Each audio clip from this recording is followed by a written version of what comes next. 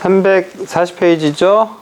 7.4.1 스태틱 캐스트라고 되어 있는데, 그러니까 상속과 형변환에 대한 이야기. 그래서 그 740페이지 중간에 표가 있는데 그 표대로 조금 써보면은, 그러니까 일단 콘스트 캐스트가 있고요.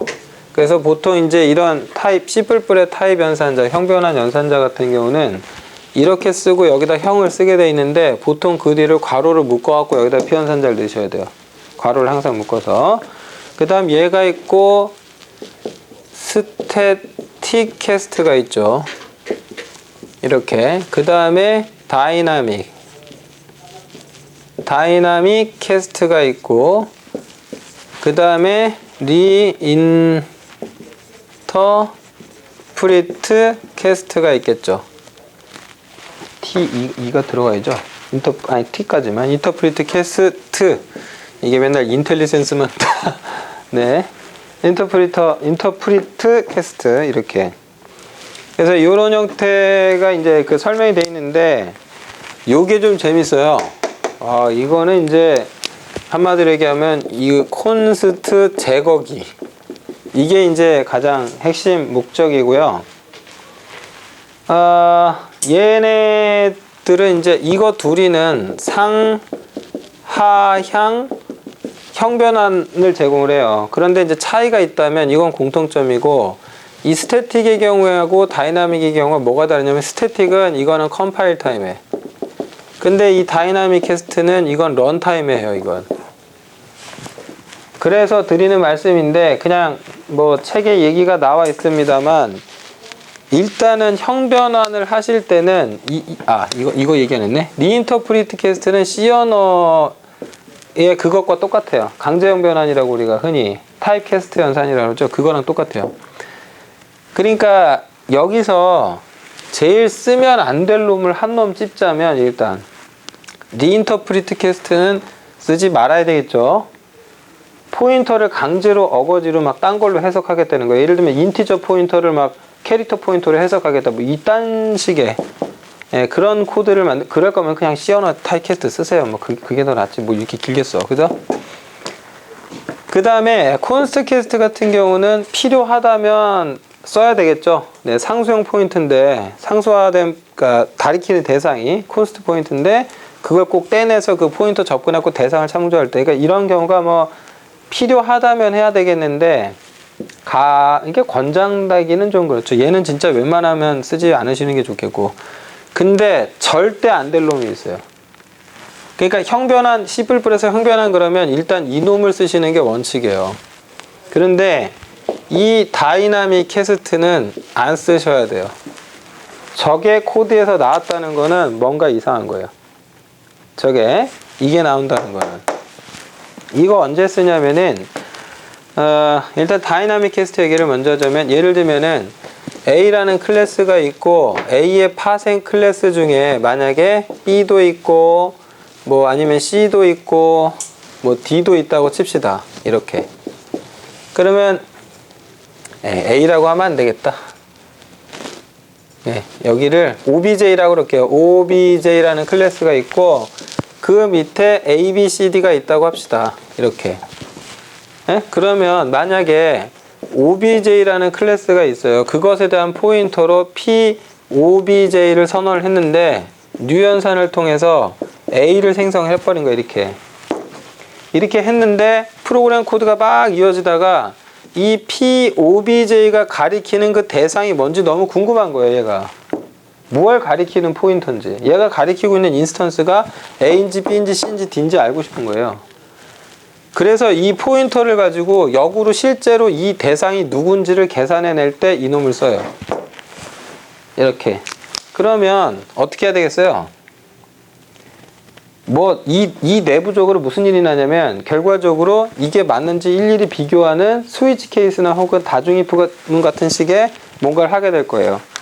굉장히 효율적이지가 못하죠. 그래서 안 좋은 거예요. 그래서 뭐 344페이지에, 거기에 340페이지에 보면 이제 다이나믹 캐스트에게 이렇게 써놨죠. 볼드체로 써있죠. 다이나믹 캐스트가 등장했다는 것은 좋지 못한 방향으로 흘러가는 중이다. 뭔가 잘못 만드셨다는 거예요. 주의하세요. 자, 다시 스태틱 캐스트로 넘어와서요. 예, 342페이지 여기 볼까요? 자, 342페이지 거기 예제를 잠깐 보시면은 그 예제 37번에게 그 메인 함수에서 파생 형식의 객체를 기본 형식으로 포인팅한다. 그러니까 추상자료 형식은 뭐 항상 이렇게 하죠. 딱 이렇게 하는데 중요한 거는 이 추상자료형, 그러니까 예를 들면은 얘가 실제로 생성한 게 지금 유한 게 A죠. 그럼 중요한 거는 이 포인터는 즉 상위 객체에 대한 포인터지만 이게 가리키는 대상은 이거라는 걸 알고 있잖아요, 우리가. 그러니까 이 포인터 자체가 가리키는 대상이 A이기 때문에 이거를 쉽게 생각해서 A에 대한 포인터라고 이렇게 캐스팅을 한 다음에 그렇게 해서 멤버 접근을 할 수도 있겠죠. 그래도 오류가 안 날 거 아니에요. 이런 식으로 파생 형식을 갖다가 기본 형식을 갖다가 특정 파생 형식으로 이렇게 캐스팅을 하는 거죠. 이런 형식으로 이렇게. 그래서 이런 형식으로 변환한다라는 게 이제 상향식 혹은 하향식 형 변환이라고 그래요. 그러니까 그림상 위로 올라가면 상향이고 내려가면 하향식이겠죠, 이제. 그래서 이런 스태틱 캐스트 연산을 쓰시게 되면 이제 좋은 점은 뭐냐면은 그 343페이지 보시면은 말도 안 되게 뭐 이런 인티저를 캐릭터 포인터로 캐스팅하겠다. 근데 이걸로 캐스팅을 하잖아요. 스태틱으로. 그럼 말도 안 되는 극단적인 형변환이죠. 어거지로 그렇게 해석하겠다는 거잖아요. 그런 것들이 문법적으로 안 되는 경우이면 안 된다고 컴파일 오류를 내줘요. 자, 컴파일 오류를 내줘요. 그러니까 예를 들면은 이게 상속 관계에 있어서 연관성이 있죠. 근데 여기 말도 안 되는 제3의 클래스를 들이밀어가지고 제3의 클래스를 여기다 들이민 다음에 여기 Z라는 클래스를 만들어 놓고 이걸 Z라는 걸로 형변환을 하라고 얘를 Z에 대한 포인터로 이렇게 해버리면은 이런 경우 강제 형변환은 성공하지만 스태틱 캐스트를 걸어놓게 되면은 컴파일 오류가 나요. 그건 안 된다고. 그럴 가능성이 전혀 없기 때문에 그러니까 고마운 거죠. 말도 안 되는 코드를 짰으면 너 말도 안 되는 짓을 했다고 알려주니까 바보같이 해석할 일은 없겠죠. 그래서 그런 것들을 포함해서 다양한 확인을 해주기 때문에 웬만하면은 C++ 코드에서는 웬만하면은 C 언어 형태의 그 타입 캐스트 있죠? 괄호만 쓰는 거. 그거는 지양하시는 게 좋아요. 안 쓰시는 게 좋아요. 가급적이면. 근데 또 MFC 얘기를 이쯤에서 한번 또 아니할 수가 없는 게 C, MFC를 비롯해서 API 코드라든지 이런 거 짜보면은 이게 C++로 짜고는 있지만 C 언어 스타일의 캐스팅을 하는 경우가 굉장히 많고요. 심지어 이제 MS가 준 예제 안에도 이제 그렇게 되어 있는 게 되게 많아요. 네. 이게 굉장히 많이 있다 보니까 그냥 그렇구나 정도로 참고하시기 바랍니다. 그래서 그 상속, 그런 어떤 그 형식의 변환 문제에 있어서는 앞으로 이제 여러분이 제일 많이 써주셔야 될 게 이렇게 그 스태틱 캐스트를 이용해서 맞는 구문인지 한번 봐달라 이렇게 설명을 드릴 수 있겠네요. 그 다음 넘어가서요 347페이지 보시면은 이제 상속과 연산자 다중정이 있죠. 그건 한번 잠깐 읽고 넘어가면은 파생 클래스에서 이제 연산자를 하나도 정의를 안 한 경우가 있다 이거예요. 그죠? 그 연산자를 정의를 안 했는데 이렇게 되면은 349페이지처럼 어떤 연산자가 있네 없네 베이스 클래스에는 있는데 파생 형식에서 똑같이 재정의를 안 해주면은 이제 뭐 그런 문제가 나는 거죠. 네, 그래서 이런 문제를 이제 쉽게 해결하기 위해서 나온 게 350페이지에 있어요. 350페이지 코드 보시면은 자, 유징 해가지고 베이스 클래스인 CMyData에 오퍼레이터 플러스 있어요, 이퀄 있어요 써줘 버리는 거예요. 이렇게. 그러니까 파생 형식에서 굳이 연산자를 다 안 만들고 베이스 클래스에 이미 있으니까 그거랑 똑같이 작동해버리면 된다. 이렇게 기술해줘 버리면 돼버린다는 거죠. 그래서 요거는 알아놓으면 편리할. 그래서 요런 문법이 있으니 요렇게 된다라는 사실 네, 잘 알고 계시면 되겠습니다. 아시겠죠? 네. 그러니까 요거는 뭐 어려운 건 아니고 그대로 알고 넘어가시면 되겠죠. 그 외에 다중상속 얘기가 350페이지부터 나오는데 이거는 설명하지 않겠습니다. 그냥 한번 읽어보세요. 다중상속이 나왔다는 거는 거기 이제 교재에도 썼는데 다중상속이 나왔다 그러면 이제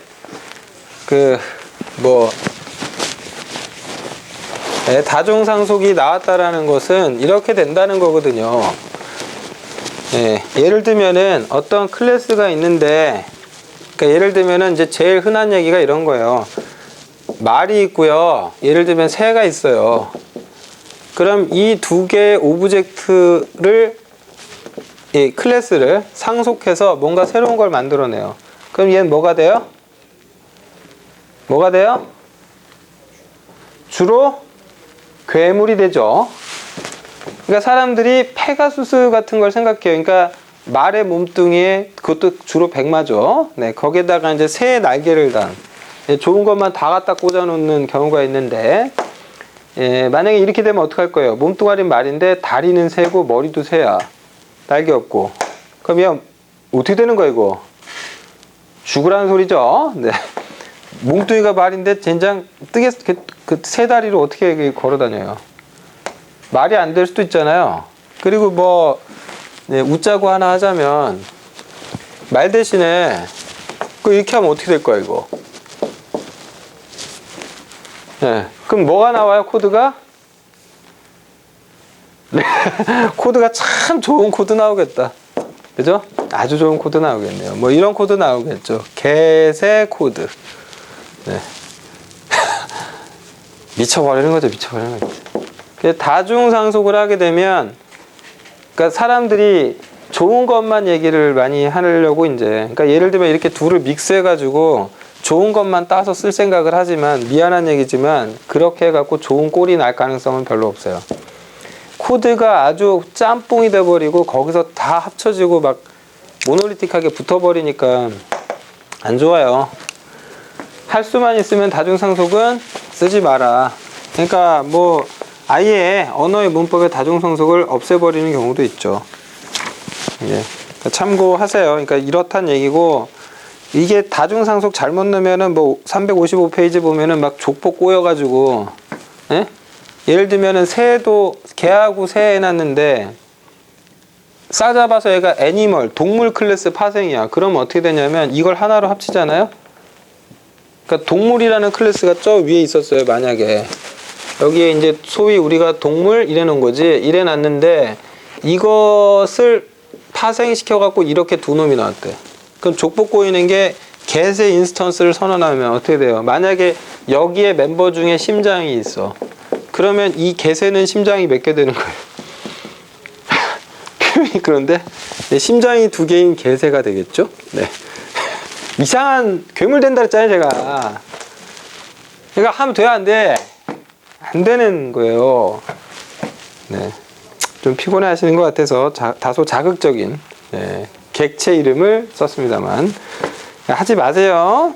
족보 꼬이고 뭐 꼬이고 코드도 엉키고 개판 나요.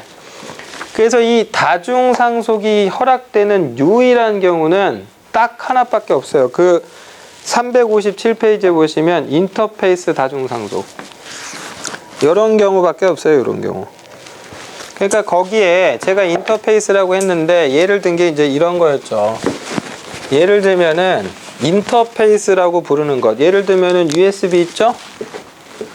USB라는 개념이 있잖아요. 그런데 USB 꽂아서 그 뒤에 뭐 썸디스크가 있는지 아니면 뭐 선풍기가 돌지 그걸 어떻게 알아요? 그건 이제 그건 이제 장치마다 다 틀리는 거 아니에요, 이제? 그 USB라는 인터페이스도 있고, 뭐 RS232C 같은 놈도 있을 수 있겠죠. 아니면은 뭐 PCI 뭐 익스프레스 어쩌고 뭐 이딴 것도 있잖아요. 뭐 이제 이런 식으로. 근데 어떤 장치가 있는데 이 장치가 뭐가 됐든 이 세 개의 인터페이스를 모두 다 지원하고 싶어, 이렇게. 이런 경우. 그러면 이게 이제 순수가상 클래스로 돼 있다 그러면 여기에 적절한 함수들이 뭐가 막 다 정의돼 있겠죠? 선언돼 있겠죠? 그럼 얘는 그걸 다 구현해야지만 컴파일이 되겠죠. 그래서 이런 경우가 유일하게 허용되는 다중상속이에요. 저거 빼고는 다중상속을 하시면 안 돼요. 그게 나왔다 그러면 그냥 잘못된 줄 아시면 돼요.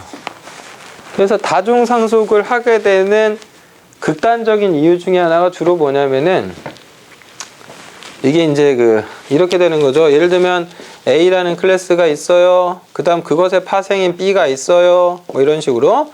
그것의 파생인 또 뭐 C가 있는데, 뭐 이거 말고 이제 X도 있고, X의 파생인 Y 뭐 이런 식으로.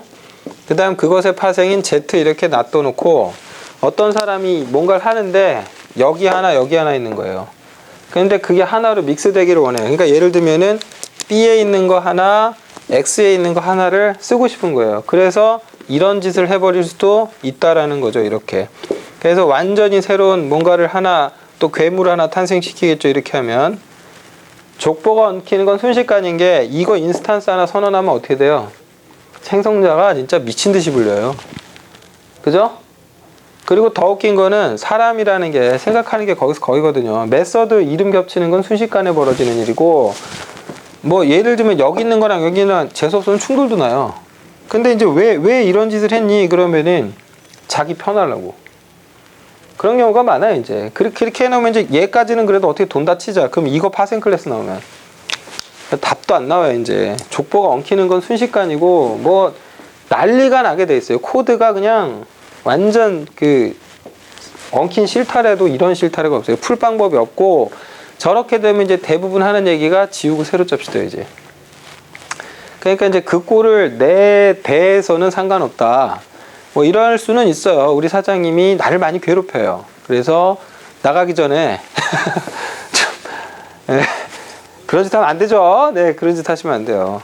그러니까 전 세계에서 누가 와도, 즉 6개월 후에 내가 다시 와도 절대 유지볼수 할 수 없게 만들고 싶다. 뭐 그러시면 누구 괴롭히려고 작정을 하셨다면, 그러니까 저렇게 코드를 짠다는 거는 이제 잘못된 거다, 그렇게 알고 계시면 되겠네요. A하고 X가 순수 가상함수에도 그렇지 않나요? 아, A하고 X가 만약에 인터페이스라면 얘가 인터페이스라면요? 그래도 안 되는 거. 아, 지금 여기서는 이게 문제가 아니라 얘가 문제인 거거든요. 여기서 합친 게 지금 여기서는 이게 순수 가상이고 뭐고 그런 의미는 없는 거고요. 그러니까 순수 가상으로 나오면 사실은 이거는 없는 거죠. 선언만 있는 거고 껍데기만 있는 거니까 별다른 의미는 없을 것 같아요. 근데 지금 제가 여기서 문제시 삼는 건 이거죠. 이게 문제라는 거예요. 여기가 순수 가상이고 뭐 그건 상관이 없고. 그리고 지금 이런 경우는 이게 다 순수 가상이에요. 대부분 이렇게 보면 이제 순수 가상 클래스가 되겠죠. 전부 다. 그러니까 이런 호환성을 위해서 이런 거 지원하세요라고 강제화하고 싶으면 이렇게 명세 형태로 코드를 짜놓은 다음에 이렇게 파생시켜서 임플레멘테이션 해라. 그러면 이 사람은 자기가 뭘 빼먹었다. 만약에 함수를 한 5개 구현해야 되는데 여기 있는 거 하나 빼먹어요. 친절하게 컴파일러가 알려주죠. 5번 함수가 빠졌다고 알려줄 거야 아마. 그러니까 그렇게 할 때 좋은 거예요. 그렇게 할 때. 예. 여기서는 지금 뭐 이쪽은 관련이 없다. 답변이 됐을까요? 네. 15. 다른 질문 있으십니까? 다른 질문 있으신가요? 네, 없으시면은 네, 또 좀 쉬었다 하겠습니다.